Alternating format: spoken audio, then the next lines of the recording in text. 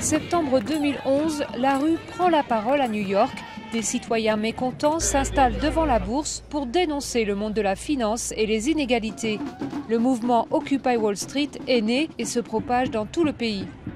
Mais quelques mois plus tard, les camps sont démontés par la police. Les Américains se désintéressent du mouvement. Seuls quelques irréductibles continuent de se rassembler, comme ici à la Convention démocrate à Charlotte.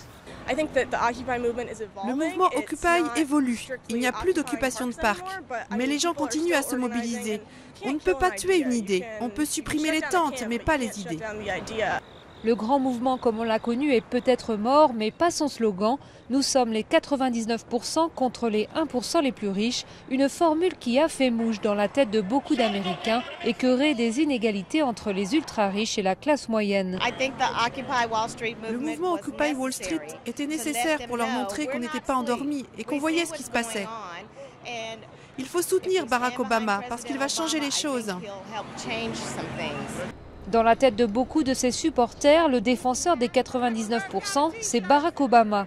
Une rhétorique qui transparaît dans certains discours du président. La proportion du revenu national allant aux 1% les plus riches a atteint un niveau jamais atteint depuis les années 20.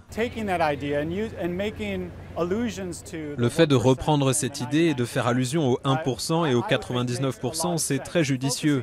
Concentrer son discours sur les inégalités, montrer combien les solutions apportées par les démocrates diffèrent de celles des républicains, cela va l'aider. Ironie du sort, les créateurs du slogan ne soutiennent ni Obama ni Romney. Ils les accusent d'être au service des banques et des multinationales.